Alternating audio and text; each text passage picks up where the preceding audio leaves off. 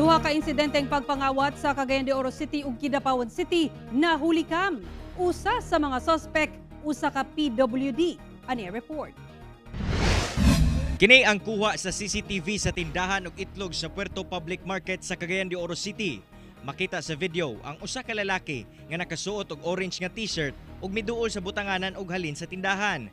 Daw aduna kini gikuot ug wala madugay. Ang iyang nakuha gisulod niya sa bag dayon sibat. Sigon sa tag-iya sa mong tindahan, moabot ngadto sa kapin 15,000 pesos ang nalima sa suspect nga halin sa ilahang tindahan. Ang katong nakuha sa kwarta ba kay na timingan jud nga walay tao dito sa sulod pod. Ang gilipat nato, ako ran tindero, ako dito man ko galingkod-lingkod na nga hapon.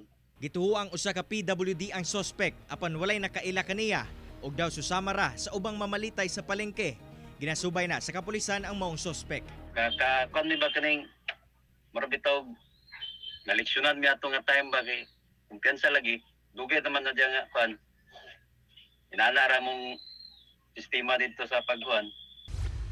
Sa Kidapawan City, nahuli kam kining pag-utingkay sa usa ka lalaki sa usa ka nakaparadang motorsiklo. Taod-taod, nagmalampuson kini ug napaandar ang motor.